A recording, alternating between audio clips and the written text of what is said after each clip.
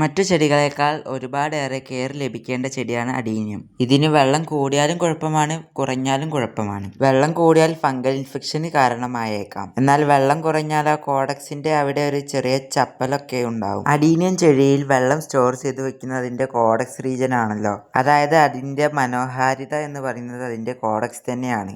Adenium ചെടി report ചെയ്യാനും pruning ചെയ്യാനും ഏറ്റവും അനുയോജ്യമായ സമയം സമ്മർ സീസൺ ആണ്. മഴയത്തൊന്നും സ്വാഭാവികമായി ആരും അങ്ങനെ പ്രൂണിങ് ചെയ്യാറില്ല.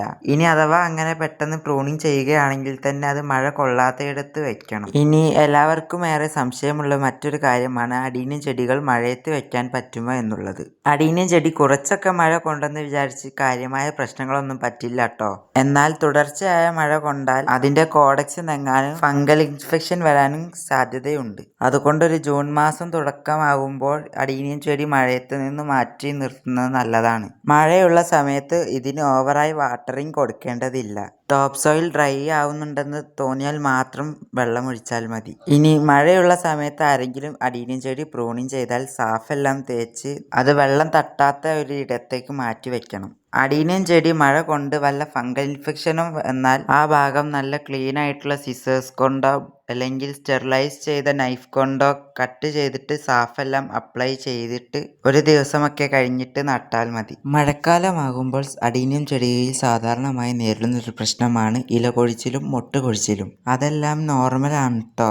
അതെല്ലാം സാധാരണമായി എല്ലാവർക്കും സംഭവിക്കാറുള്ളതാണ്. അങ്ങനെ എന്തെങ്കിലും പ്രശ്നങ്ങൾ വന്നാൽ അത് നിങ്ങളാരും പേടിക്കേണ്ടതില്ല. പെട്ടെന്നുള്ള നമ്മുടെ ഈ കാലാവസ്ഥ മാറ്റം നമ്മുടെ ചെടികൾക്ക് ഒരു സ്ട്രെസ് ഉണ്ടാക്കും. അതുകൊണ്ടാണ് നമ്മുടെ അഡീനിയം ചെടിയിലെ ഇലകൾ പഴുത്തു പോകുന്നതോ അല്ലെങ്കിൽ മൊട്ട് കരിഞ്ഞു പോകുന്നതോ. ഇത് ഇനി കണ്ടിന്യൂസ് ആയി അനുഭവപ്പെട്ടാൽ നമ്മൾ മനസ്സിലാക്കേണ്ടത് എന്താണെന്ന് വെച്ചാൽ ഫോസ്ഫറസിന്റെ എമൗണ്ട് മണ്ണിൽ കുറഞ്ഞു എന്നതാണ്. അപ്പോൾ അങ്ങനെ വന്നാൽ നമ്മൾ ചെയ്യേണ്ടത് എന്താണെന്ന് വെച്ചാൽ 1 ലിറ്റർ വെള്ളത്തിൽ 2 സ്പൂൺ ചാരം മിക്സ് ചെയ്തിട്ട് നമ്മുടെ ചെടിയുടെ ചുവട്ടിൽ ഒഴിച്ചു കൊടുക്കുക എന്നുള്ളതാണ്. ഇടയ്ക്കൊക്കെ നമ്മുടെ ഉപ്പില്ലാത്ത കഞ്ഞിവെള്ളത്തിൽ കരിക്കട്ട പൊടിച്ചത് കൂടി മിക്സ് ചെയ്തിട്ട് നമ്മുടെ ചെടിയുടെ ചുവട്ടിൽ ഒഴിച്ചു കൊടുക്കുന്നത് നല്ലതാണ് ട്ടോ. അപ്പോൾ നമ്മുടെ അഡീനിയം ചെടിയുടെ ഒരു മഴക്കാല കെയറിങ്ങിനെ കുറിച്ചാണ് ഞാൻ ഇന്ന് ഈ വീഡിയോയിൽ ഉൾപ്പെടുത്തിയിട്ടുള്ളത്.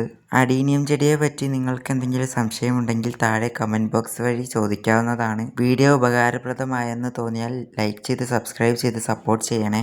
നിങ്ങളുടെ അഭിപ്രായങ്ങൾ കമന്റ് ബോക്സ് വഴി ഷെയർ ചെയ്തേക്കണേ. അഡീനിയം ചെടിയെ ഇഷ്ടപ്പെടുന്ന നിങ്ങളുടെ കൂട്ടുകാരിലേക്കും ഈ വീഡിയോ എത്തിക്കാൻ ശ്രമിച്ചേക്കണേ. വീഡിയോ മുഴുവനായി കണ്ടവർക്കും സ്കിപ്പ് ചെയ്തു പോയവർക്കും ഒരുപാട് നന്ദി.